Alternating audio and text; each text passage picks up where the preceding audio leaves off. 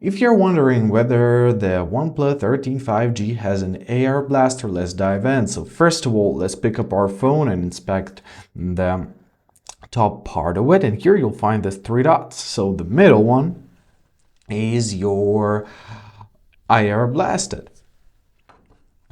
So answering to your question, yes, this phone has this option.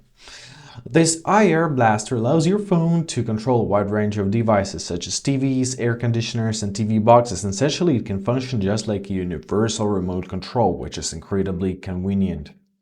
Also, to utilize this feature, OnePlus has a pre-installed IR remote application. If you're gonna open it up and press on plus right here, you can choose any type of available device, and after that, you can manage all your electronics seamlessly just through your phone, which is very convenient.